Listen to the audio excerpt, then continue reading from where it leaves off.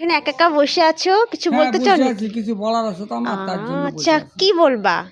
আমি বলতে চাচ্ছি হুম যে আমাদের এই ভারতবর্ষটা হুম এটা একটা মহাদেশ, অর্থাৎ পৃথিবীর যত দেশ আছে তার মধ্যে শ্রেষ্ঠ। আমার এই ভারতবর্ষের মাটিতে মহা সন্ন্যাসীদের জন্ম হয়, মহামানবের জন্ম হয়, এবং সনাতন ধর্ম যেটা, যাকে হিন্দু ধর্ম বলা হয়, এই সনাতন ধর্মকে রক্ষা করার জন্য আমি প্রত্যেকটা সনাতনীর কাছে আবেদন জানাই যে সনাতন ধর্মকে তোমরা বজায় রাখো।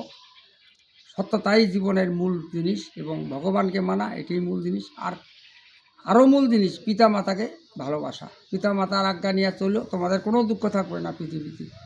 পিতা মাতাই স্বয়ং ভগবান, পিতা মাতাকে কেউ কোনো দিন আঘাত দিবেন না, এটি আমার অনুরোধ।